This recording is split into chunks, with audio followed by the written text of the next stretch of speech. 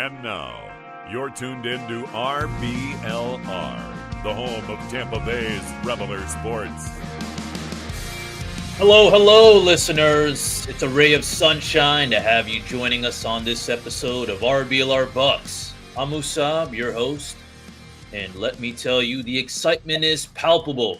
The first big event of the offseason is already in the books, and boy, oh boy, do we have a lot to talk about when it comes to the NFL draft. Now, after the draft, you might be feeling a mix of emotions. Maybe you're on cloud nine, thrilled with your team's picks, or perhaps you're a bit down, questioning the choices made. But here's the thing, when there's life in the offseason, like the NFL draft, you can count me in. And if you like what you hear, my friends, and you're thinking to yourself, count me in, Musab. Well, don't forget to hit that like and subscribe button on your screen, and you can also follow us on social media as well. Listeners, today I was sitting by my window pondering. I was pondering, what if there was a podcast draft? And if there was a podcast draft, let me tell you this. My two co-hosts would be first round picks every time. First up, we got the man with the numbers, the maestro of analysis, the one and only Mr. Zach Blaine. Zach, how are you? I am doing fantastic, Musab. How are you, brother? So far, so good, man. Obviously, now with the draft being done, it's as of right now, I'm thinking, all the things. Oh, is this guy gonna fit? Is this not gonna fit? But it does suck that this is one of the few big things in the offseason that happens, and now it's done. So now we wait. Now we got a lull again until. Yeah, I don't even know what the next big thing is, or if there even is a big thing. Until preseason. Yeah, so I guess we'll just wait. But to my left, he is the voice of reason, the guru of football knowledge. He is Carter Brantley. Carter, the mic is yours, my friend. I appreciate it. And before we get too far in, I'd love to invite all of our new listeners in, take a seat, relax a little bit. We've got some great draft analysis coming your way. But for any returners, anyone popping back in for a second, third, fourth time, if you haven't already, please hit that like and subscribe button. We'd really appreciate it. You can also give us a follow at RBLR Sports because we got some fantastic content across our network. The Rays are playing right now. They're kicking butt on the New York Mets. They're debuting those City Connect uniforms. So definitely check us out there. Also, the Lightning and the Rowdies. I know the Lightning season just ended, but the Rowdies are still, in swing. So definitely check that out as well. We've got some great content there as well. But before we get into any draft content, there's actually a little bit of news to talk about. It's not unexpected news, but still news nonetheless. Joe Tryon-Shoyinka, JTS, his fifth-year option was declined. He was a first-round pick. He has so far I believe, come short of expectations, to say the least. I think that's a safe bet. For sure. So this isn't unexpected. But do you think maybe this will be the kick in the butt, maybe the sort of kick in the pants? Hey, man, you got to get your stuff together, get it in a bag, get it all together. So do you think this will kick him into high gear, or maybe he's too far gone? Mr. Blaine, we'll start with you, man. Do you think this sparks a fire or no? I have given up hope on any kind of last year magic for the Bucs. The Devin White situation has made me just have no faith in, this is your last year, prove it to us. So I don't want to say this is what it's going to take to kick him into where we expect him to be, but I think that he's one of those guys I'm scared to let walk next season and then him become really good for another team. Yeah, it's just a weird situation with him. Sure. Yeah, I don't blame you. It's definitely kind of one of those things where if he does figure it out and it all clicks, he could be an incredibly valuable player. Exactly. But unfortunately, he hasn't up to this point. And that fifth year, it's not an inexpensive thing. It's no cheap commitment, especially with the Bucs salary cap issues that are going to continue to pop up. So especially because hopefully Baker Mayfield plays well enough for the Bucs to keep him around. So, you've got to pay for him. Chris Godwin's going to be a free agent. There's just a lot of stuff to pay for still next year. So I totally understand your trepidation about, letting him walk and seeing if he goes elsewhere and produces, because that sucks. Guys figure it out at different points in their careers. But yeah, unfortunately, he's kind of forced the Bucs' hand at this point. But Mr. Yeah, I Tariq, mean, it really has. Like, I think I would have been more shocked had we oh yeah, accepted his 5th-year option. that would have been bigger news. Yeah, Absolutely. 100%. Absolutely. But Mr. Tariq, maybe you're always Captain Optimism. Maybe you're a bit more glass half full in this case. But what are your thoughts on this? I am kind of not really in the glass as of right now. I'll tell you this. He's a little outside of it. Yeah, I'm still outside the glass. I'll tell you this though. Look, he hasn't lived up to where he was drafted because of one thing being like he struggles to finish tackles. All right. Now the good thing that is he is athletic, and I feel like Todd Bowles has been able to use him. Like throughout the rotation on defense. I mean, I think if he does come back, it's going to be on a cheap contract. But I'll tell you this whole little kind of kick in the butt kind of thing, I don't like it just because I don't want someone to be only, kind of having this extra drive only when things are bad for them, For So sure. now when things are bad, now this guy wants to show up. I don't think he will. I don't think we're going to see much of a difference. If you can't have a breakout year, I'm fine moving on. Every draft has beastly athletes, but only some of them can be molded into NFL elite defenders. Dang. Pure poetry from Musab Tariq right there. That was beautiful. Yeah, absolutely. Couldn't have said it better myself. I'll leave it there, Mr. Tariq. Yeah, absolutely. So, anyways, we'll move on to the draft after some beautiful wisdom from Musab Tariq. We'll go through each draft pick, give our own grades, kind of our own assessment, and then at the very end, after we've gone through every one of them, we'll give our overall grades for the Bucs. We'll also include some grades from other news outlets because, hey, it's always nice to have other expert opinions, so to speak. We'll get through the picks first and then our overall grade. And of course, we'll start with the most controversial of all of them for Mr. Blaine, at least, Mr. Graham Barton. They've drafted him as a center out of Duke. And I'll kick things off with my grade. I gave it a B because, it's definitely a position of need. I think that the Bucs were fine offensively last year, but they gave a pretty sizable financial commitment to Baker Mayfield this offseason. They didn't give him a cheap deal. It wasn't overly expensive or anything, but you want to set him up for success. And I think that this first round pick was definitely a step in that direction because hopefully Barton solidifies the interior in the run game, but also, it might give them more of an opportunity to not just call, a bunch of bootleg play action passes, and they won't force Baker out of the pocket to do his, angry runs thing every week. He can actually have kind of a clean pocket. He can actually do his thing. So I understand the trepidation. The cornerback need was a need, edge was a need. There were a lot of other needs. I get that, but if the Bucs are sold on this guy, they've hit on quite a few interior offensive linemen over the years. They've missed on a few as well, but I think that, Ali Marpet was a huge get. Ryan Jensen in free agency was a huge get. So they seem to at least sort of know what they're doing. So I'm going to trust the Bucs. Also, other media outlets have had him as a pretty solid pick. Some outlets had him graded as the best interior offensive lineman in the draft. So anyways, that was my long little soliloquy defense. Mr. Blaine, tear it to pieces. Go for it, big dog. No, I mean, I gave it a C at best. My main issue is that we drafted him to play center.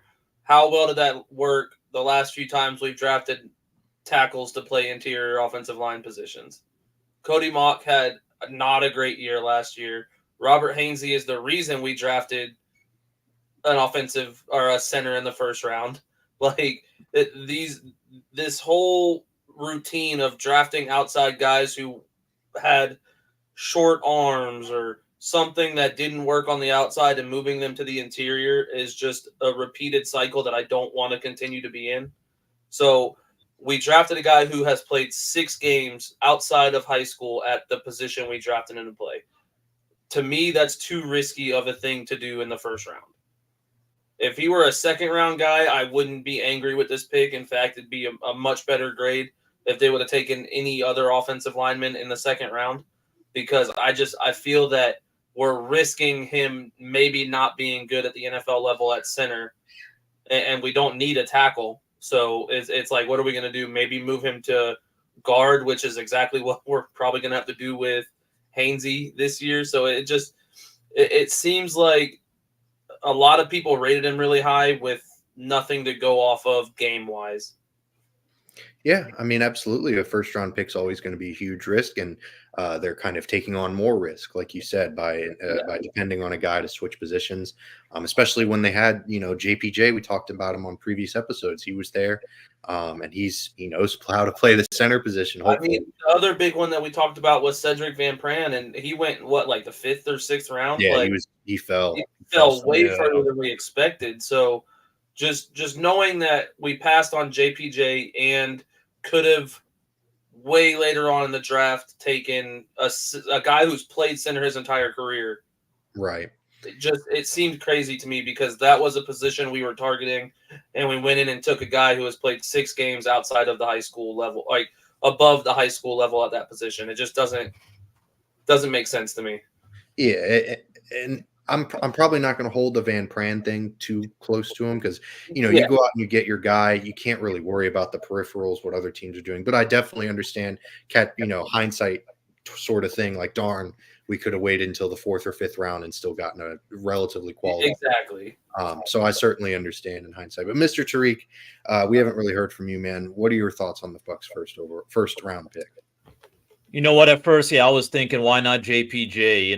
Because I didn't know much about Graham Barton, but I gotta go A minus. His RAS score was off the charts. At this point, it was offensive lineman or cornerback for me, and it seems like the Bucs office wants to focus on the offensive line, which is fine with me. Clearly, they have some kind of comfort from the cornerback room, at least at the moment, or at least in the first round.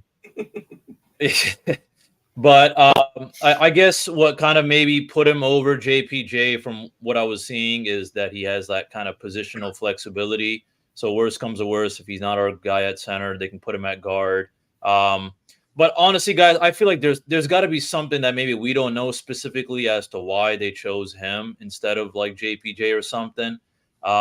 Maybe there's got to be maybe some talks that they had or something. I don't know, but obviously it was surprising to me as well. But there's got to be a couple real good reasons as to why we chose this guy. Maybe there aren't, maybe there are, but I just feel like the Bucs office, chose this guy for a real reason. I want to put my trust in them. I want to put my trust in Jason Light, and Light we always trust. But yeah, that's about it, though. I mean, overall, I am happy with it. Yeah, I mean, I think it's hard to grade NFL drafts on the results, because it's always such a crapshoot. The hit percentages are always really tough. But ultimately, it's a results-driven business, so you kind of have to. But it is really hard. You want to try to put the emphasis on the process over the results, but it's so hard to do because we're not involved with the process. No one knows the process except Jason Light in this front office and the scouts and all that stuff. So who knows? It seems like they got the guy they wanted. Yeah, I mean, like Musab said, maybe he has a little bit of versatility. So, maybe that's why they go him over JPJ. I don't know. We'll have to see if he turns out to be great. Then hey, we all got to eat crow. Mr. Hey, you know what? I'm hoping that's the case. I'm hoping that I am wrong, more wrong than I've been before, and he turns out to be the number 1 center in the NFL. For sure, and that very well could happen. There are people. It's not going to make me feel good when they're throwing for 500 yards on us every game, though. So we'll see. Right. Well, we'll get to that point for sure because that's an important point to discuss. Is that we'll get to that. Anyways, we'll move on to their next pick. And Mr. Tariq, I'll throw it right back to you. It was Chris Braswell, the edge rusher out of Alabama, 52 overall. What was your grade and what were your thoughts on this pick, Mr. Tariq? I'm fine with it. I'm happy with it. I gave it a B. Obviously, I think there were some better choices, but that's okay. Overall vibes is just that he's a fluid athlete. When I was watching his tape, it doesn't look like he's wasting too much movement, especially when he tried to get the quarterback or the running back. He's got some serious strength, which is awesome. Now, the only kind of thing or that I've seen and a lot of people were reporting on is just that he lacks those pass rush moves. But I mean, I think he can always learn that. But yeah, overall, I'm happy. I think this guy's going to fit real well. I think also the way we're stacked in our kind of edge rusher room right now. So I think worst comes to worst, we'll get a nice little rotation going on, if not him being a starter. But no, I got high hopes for this guy. I think he can work out. Yeah, absolutely. I had the exact same grade on him, a B. I thought it was fine. Edge rusher, huge need for the Bucs going into this draft, and they addressed it. In the second round, that's certainly not low at all. They could have. I think Isaac, the guy we talked about, Mr. Isaac out of Penn State, was still there. I was pretty high on him. I know a friend of the show, Joshua Cuerpo, was also high on him. He kind of tweeted mentioning, "Oh, I might have went Isaac," but it's hard to nitpick these kind of things. Braswell and Isaac were very close with most grades, and most boards had them pretty close. So I'm pretty happy with the pick nonetheless. But Mr. Blaine, how about you, man? What grade and what were your thoughts on this Braswell pick? I went B+ because again we passed on some pretty good corners at this position or at this pick as well, and also because mostly the fact that he didn't play very much. Like his snap count over, I believe he was a senior, so I believe it was a 4-year career. I think his snap count was only at like 1,200 or close to that. I could be wrong. I don't have the number written down right off rip right now, but he played more of a rotational spot in Alabama, and I'm hoping for more out of him than I think he did in Alabama or at Alabama. Sorry. So for me, I want to see his ability to stop the run because he's good in the pass game, but his run defense is lacking, and I think that's something he can work on. So I love this pick. I think he could be a starter for us, and I'm excited for this one. Yeah, I mean, look, it's B+. It's kind of pretty much the same. Yeah, I mean, Braswell should be really solid. I'm pretty excited about this pick as well, just because they went with a position of need. We can argue about the inner workings of it, and could they gone somewhere else? But they flat out edge rusher was a consensus position of need, and they took a high pick on it. So I'm not going to nitpick too much on it. But that brings us to the Bucs' third pick. Round 3, 89 overall. It was Tyke Smith, safety out of Georgia. I was really kind of surprised. I viewed him more of as a day 3 guy. That's how we discussed him on our safety. A lot of people viewed him. Yeah, he was apparently a very high riser, obviously, because they drafted him in the 3rd round. That's pretty high. I gave it a B-. I don't love the fact that he's mostly a slot/nickel guy. He's not a pure just backup safety. I think that they could have gone there because that safety room is tough. But Bowles really, really likes this guy. He apparently kind of stuck his neck out and was like, "Hey man, we need to get this Tyke Smith guy." And he's done kind of a lot with very little in regards to this Bucs secondary over the years. I know they've struggled quite a bit, but they also haven't given him a lot of support in regards to draft capital or free agency or what have you. So he seems to be okay at evaluating. He got Christian Eisen last year in undrafted free agency. He's Antoine Winfield Jr. has turned into one of the best safeties in football. I don't know that he does that under a coach that's not Todd Bowles. So I'm going to trust Todd Bowles a little bit, but that's the only reason it's a B-. Otherwise, I might have given it more of a C or a C-. So that's my pick. Mr. Blaine, how about you, my man? What'd you think? I got this at a D, if not an F. Oh man, that's hard. Look, we took him. I believe he was almost 100 spots lower, projected to go 100 spots lower than where we took him. Right. Maybe not quite that much lower, but it was significantly lower than where we took him. We signed Tavier Thomas to play the slot corner to not necessarily play it, but to be in a position battle with Christian Eisen. For sure. I don't think Eisen, however you pronounce it. I always get it mixed up. I think it's Eisen. However, I don't think that Thomas even beats out Eisen. So now we've got 3 slot nickel corners and no safety and no outside corner. It doesn't make any sense. You're not putting this 5'10" guy out on the outside. He's not built for that.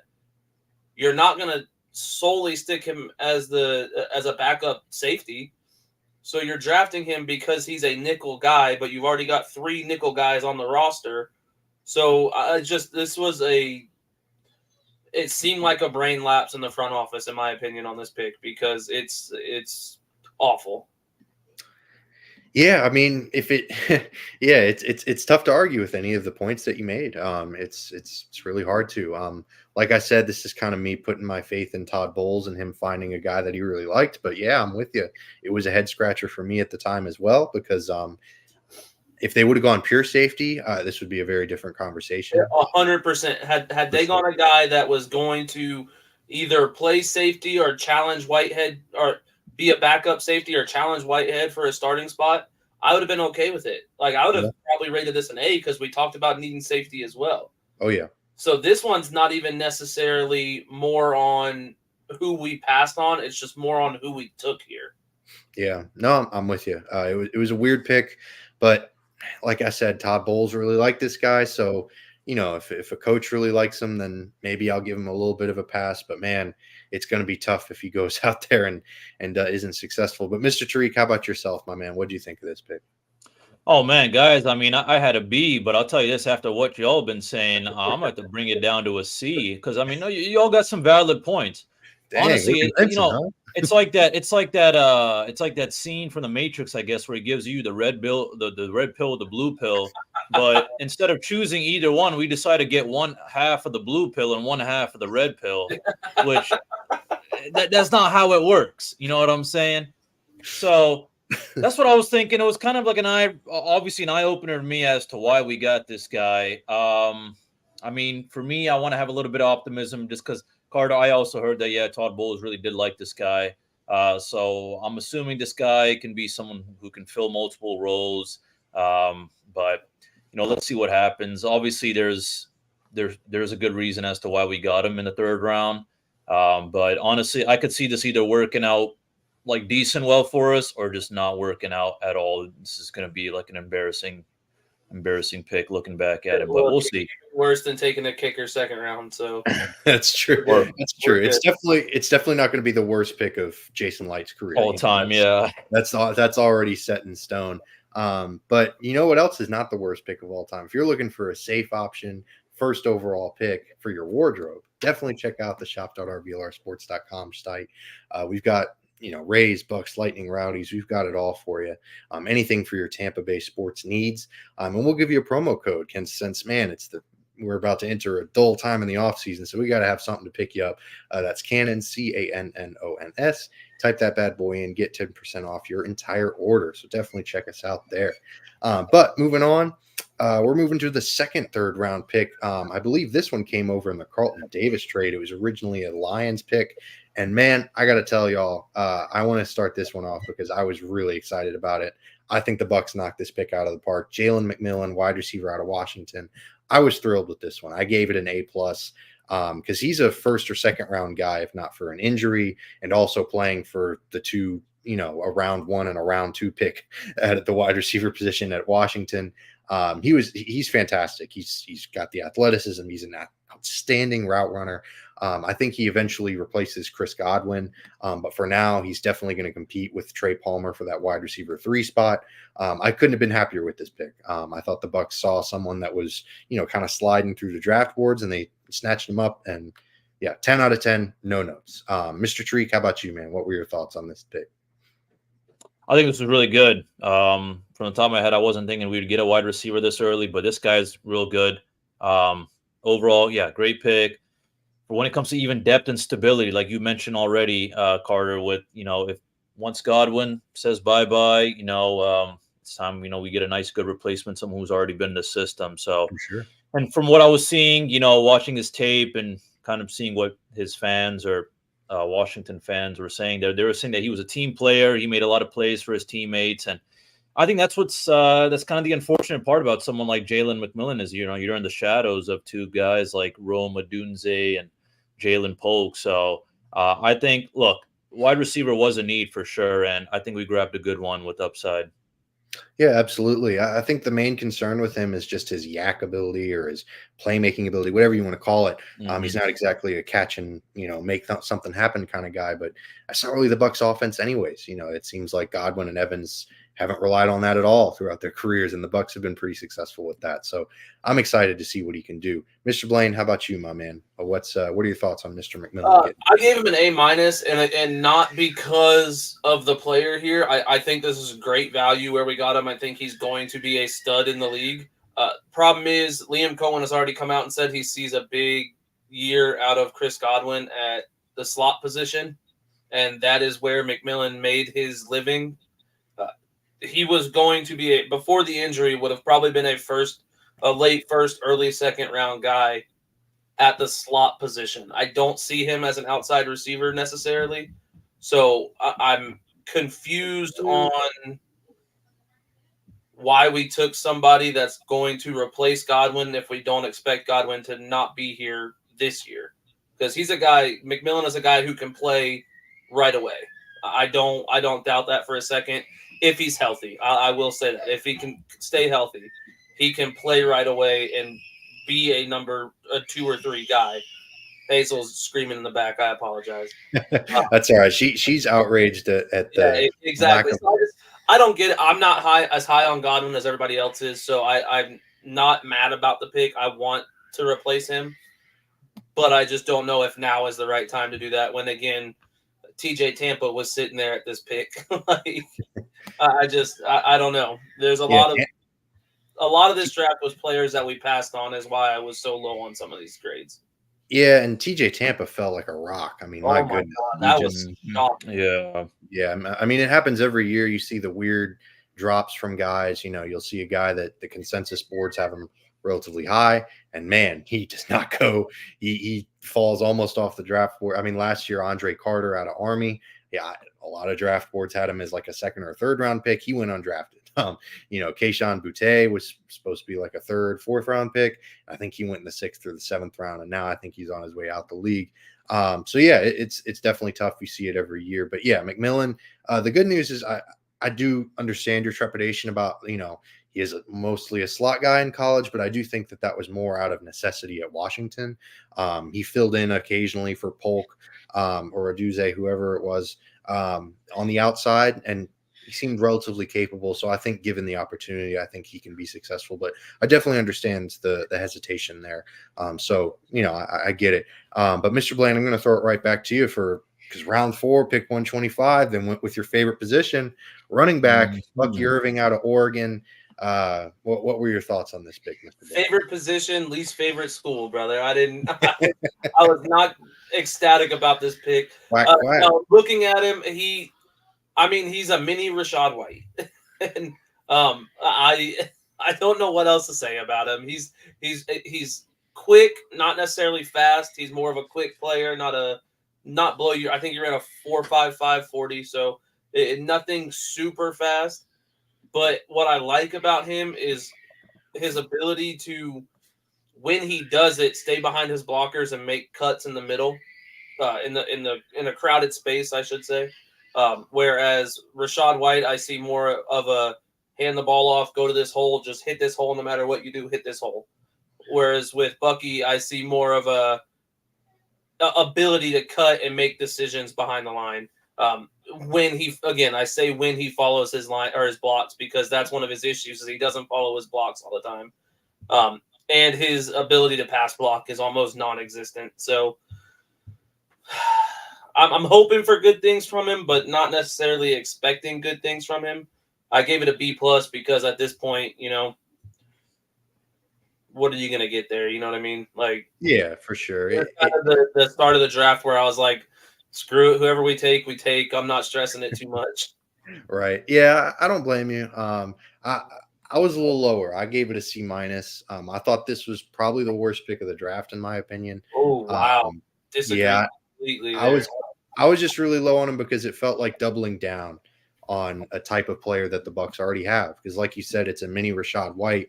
So why get another one? Like the whole point of this offseason has been, the running game has been awful. Like, what are we going to do to change that?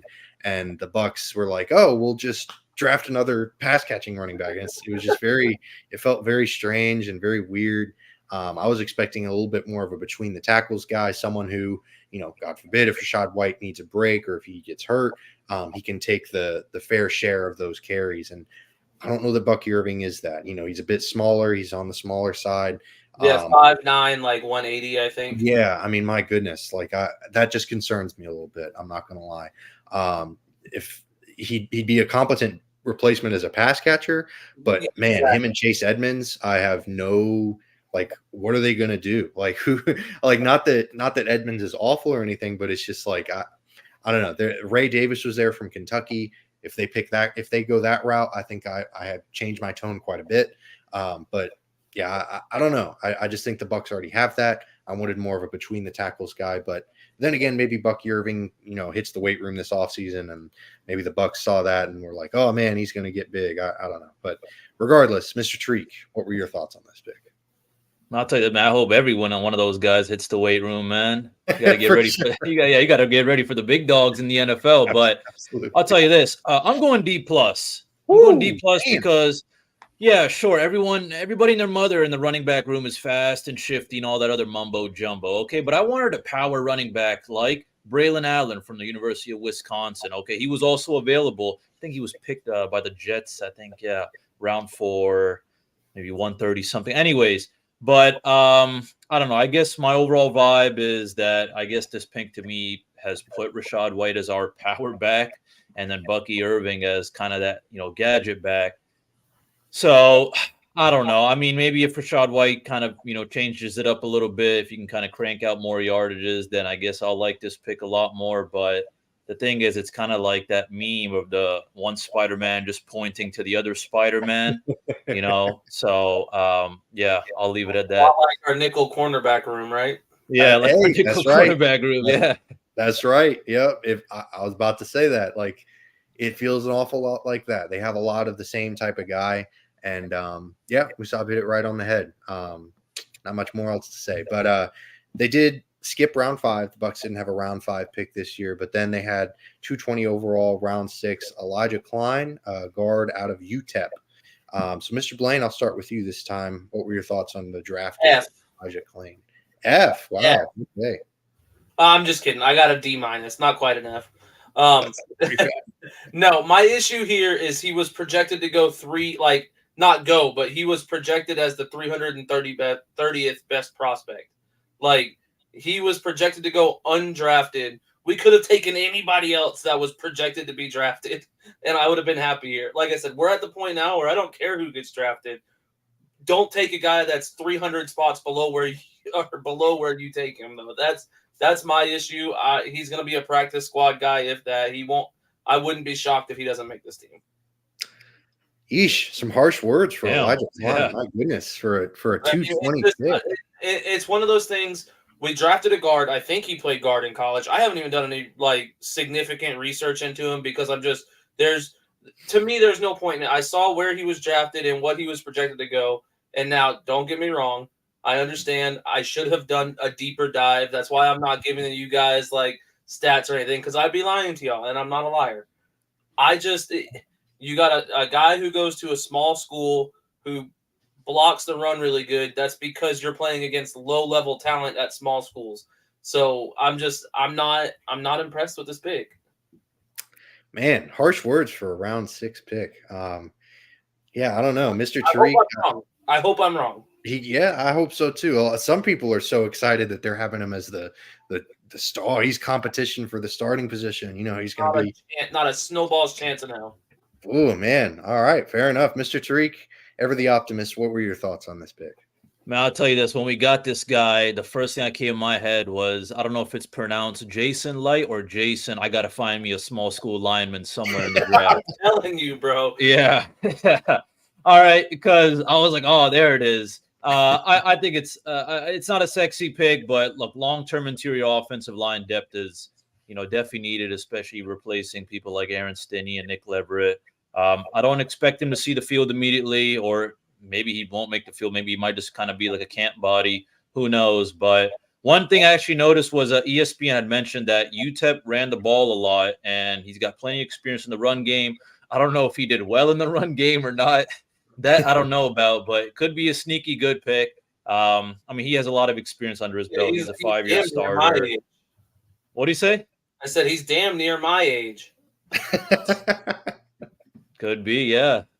Maybe you should try out for the NFL, Zach. Yeah. Yeah, they'd probably draft me as a damn center. Word. Fair enough. No, they'd probably put you at long snapper behind Zach Trinner. That's right. In there on the long snapper room. Oh, Zach man. and Zach. That's right. That's right. I played a little bit of long snapper in high school. Fair enough. There you go. There you go. I'm not quite to Musab's level. I'm not an A or I'm not nearly as high on Elijah Klein as Musab is, but I'm not nearly as low as Zach Blaine. I love to sit on a fence. I love the gray area. That's where I love to operate. So I'm going to go with a B-. I thought it was fine. It's hard to judge these late round picks.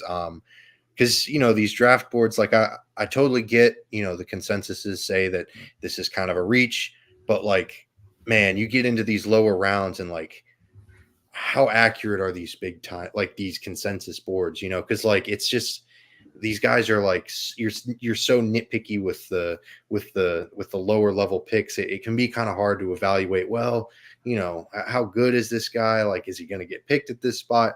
I don't know. So I'm not going to get too far into the weeds with this. It would have been interesting to see them go corner, obviously, or wide receiver again, double dip, or maybe interior defensive line. But like I said, I'm not going to argue too much about this pick because it's round 6. I mean, what are you going to do?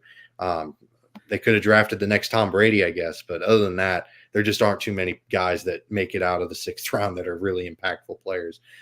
So it's hard. But that brings us to the last pick that the Bucs had of this draft, round 7, 246 overall. They went tight ends. They went Devin Culp, another Washington guy, another Washington tight end to pair up with Cade Otton. The Washington to Tampa pipeline continues with Joe Tryon, Shoyinka, Cade Otton, Mr. McMillan from earlier in the draft, and now Devin Culp. Greg Gaines, too. Vita Vea. That's right. Get Greg Gaines, Vita Vea. Shoot, you guys are beating me to the punch. Yeah. I'm gonna go A- on this pick. I love the athletic ability. I love the upside. In the late rounds, you're really depending on a guy to capitalize on some of his higher level traits. And I think Culp has the chance to do that. So even if it doesn't work out, it's a 7th round pick. He'll be a fine, practice squad guy. He's a little bit smaller for a tight end, so you're definitely relying on him to be more of a pass catcher. But like I said, when you're getting late in the rounds, you're certainly not going to get a perfect polished prospect. So I'm going A-. But Mr. Shriek, how about you, man? What were your thoughts on Devin Culp? Going B-. I mean, he's got the athleticism there for sure. We just have to see how this kind of tight end room, works out, right before the start of the season. I mean, I could see this guy, getting in some action when it comes to some goal line packages, maybe those kind of, catch and go options. But I don't know, if anything, he might see some occasional snaps. What I just want more than anything is just to kind of ease the load off of, Cade Otton. I want someone else who can kind of, allow him some rest time and still, make a difference there for sure. So, I mean, look, it's round 7. So, you got to think, is this guy really going to matter or not? I don't know, but we'll see. Yeah, I mean, it's hard to beat too much on these picks because the success rate of them is just so low. So it's tough to really fully evaluate them. But yeah, I like what you mentioned about giving Cade Otton a break. That'd be wonderful because Payne Durham I don't know how much Payne Durham factors into their future plans. It'll be interesting to see if Culp gives him a run for that third tight end spot. Mr. Blaine, how about you, though? What were your thoughts on this pick? This is my favorite pick in the whole draft. Ooh, wow, okay.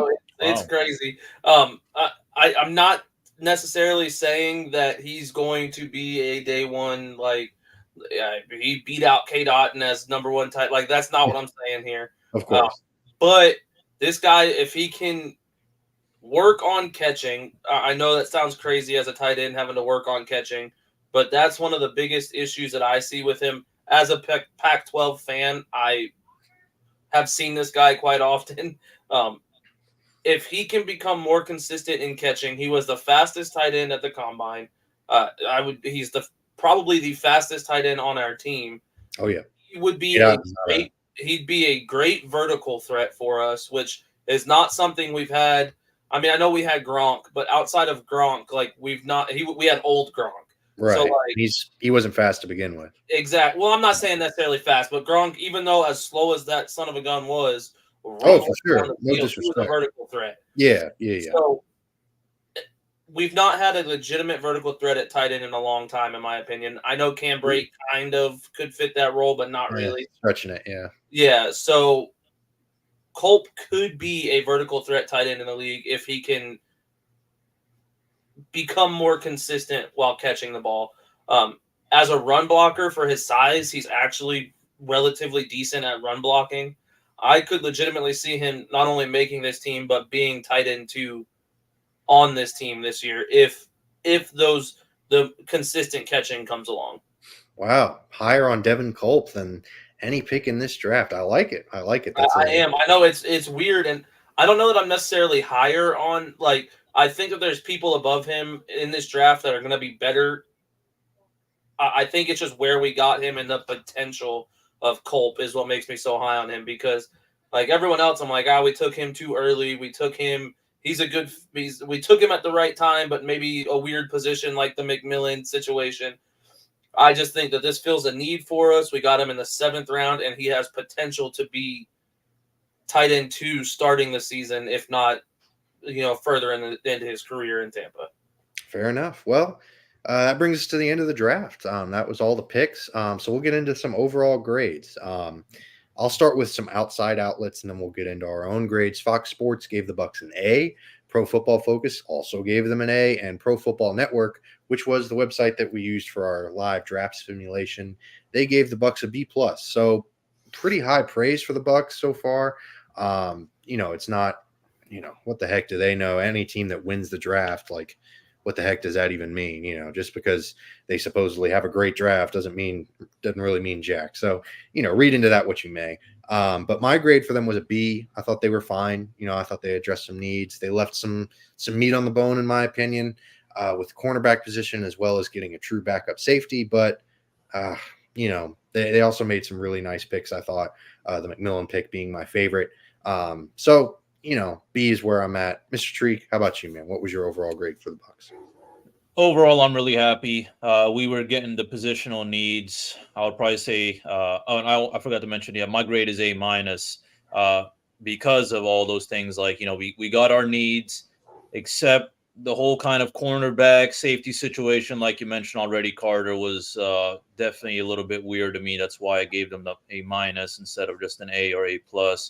But I don't know. I mean, I honestly feel like we really hit on the positions we wanted. Were these the guys that we wanted? No, but I guess what matters most is at least we got the positions that we definitely wanted for sure. But overall, I think that's really about it, though. I got a lot of high hopes for this team. I think we got a couple starters in here. Yeah, absolutely. I'm with you. There are definitely quite a few guys that could be playing a lot of snaps this year. The Bucs love to play their rookies. Jason Light loves to, show confidence in his picks. And I think that was a big thing here as well, showing confidence in Zion McCollum, as well as Servassier Dennis and KJ Britt by not going linebacker either. That's a position we haven't even mentioned because they got to replace Devin White. And I guess KJ Britt, your time to shine, big dog. So, that's it's an interesting route to take, and we'll see how it works out this season. But Mr. Blaine, what were your thoughts? So what's your overall grade on the Bucs draft? I just gave it a C, right in the middle. I'm not high on the draft. I'm not necessarily too low on the draft. I agree that we got a lot of positions that we needed. My problem is the positions that we got that we needed or that we didn't need is more of we double dipped at positions we were good at. We were good at slot receiver with Chris Godwin. I love McMillan. Like, I think he's going to be a great player. It's just the fit. I don't see the fit necessarily is why I'm struggling with that. Tyke Smith, we signed Bryce Hall and Tavier Thomas, both guys who can play really good corner in the slot, and we have Izzian. So now we have a fourth guy that might make the roster at that spot. He's not playing safety. I just don't see that for us. And then Barton, like I said, just no experience really at center. So it's just the picks that we made that filled the positions we needed. I just didn't understand necessarily the player at that position. Yeah, and that's a fair assessment. I do think that they probably see Breece Hall as more of a hybrid type of guy. Like maybe they'll put him on the outside. Yeah, they'll put Breece Hall on the outside a little bit too. But I definitely feel you. The slot thing was weird. Yeah, I mean it's a tough thing, and it's weird. You talked about Bryce Hall instead of Breece Hall. They were both on the Jets. Like that's such a weird quirk of the NFL. It really is such a weird. It's really strange. I wish we had Breece Hall over Bryce Hall. If I'm being honest with you, Breece Hall's a great running back. Like I think. Wait. Breece Hall. Yeah. We have Bryce Carter. Like, I know you mentioned Breece, but we got Bryce. No. The Bucs have Breece. Wait, the No. Bucs do have Bryce. No, Bucks Oh have my- Bryce. Bucks have Bryce. Jets still have Brees.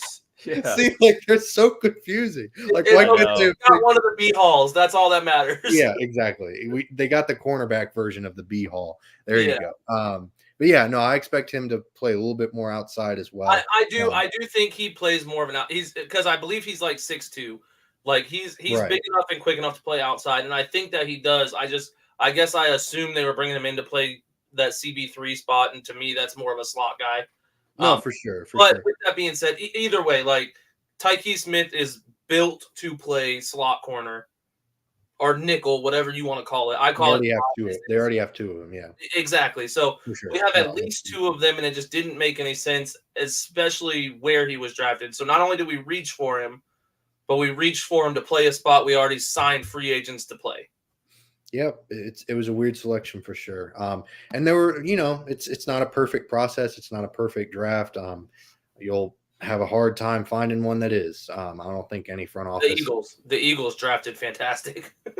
For sure, but like there was a bit about Howie Roseman always playing to the consensus boards, and like if you're not having your own evaluation as a professional NFL team, then that can be a bit weird. And Howie Roseman has had his fair share of glaring misses, like not just misses, but glaring misses. Like Arcega Whiteside over DK Metcalf. Hey, he was a stud, bro. You see him in the CFL? For sure. And Jalen Reagor over Justin Jefferson. I mean, yeah. Look. I'm not disagreeing that it happens. For sure. He's had a lot of hits too. Oh, absolutely. I'm not trying to hate. I'm a big Howie Roseman fan, but it's just, and I thought they had a great draft class too. But I did think it was interesting how many of his picks end up being like, oh, yeah, he kind of slots in perfectly there, and it can be a bit weird sometimes. Like NFL teams have their own evaluations, their own processes, their own ways of looking at guys clearly, and for better or for worse, sometimes it works out, sometimes it doesn't. So I don't know. It's just an interesting way of looking at the draft process, but we really appreciate y'all tuning in. We're nearing the end of our episode. Like I said at the beginning, free way to help us out. Hit that like and subscribe button. We'd really appreciate it. We'll be back at you next week. We'll be talking about the rest of the NFC South because, hey, some other teams did some draft decisions too, and some of them were even more stupid than Graham Barton, despite what Zach Blaine thinks. That's right. So we'll talk about that next week because, that's super important. The Bucs got to play some major games against those teams. So that'll be our topic of discussion next week. But until then, we'll see y'all then. And as always, go Bucs.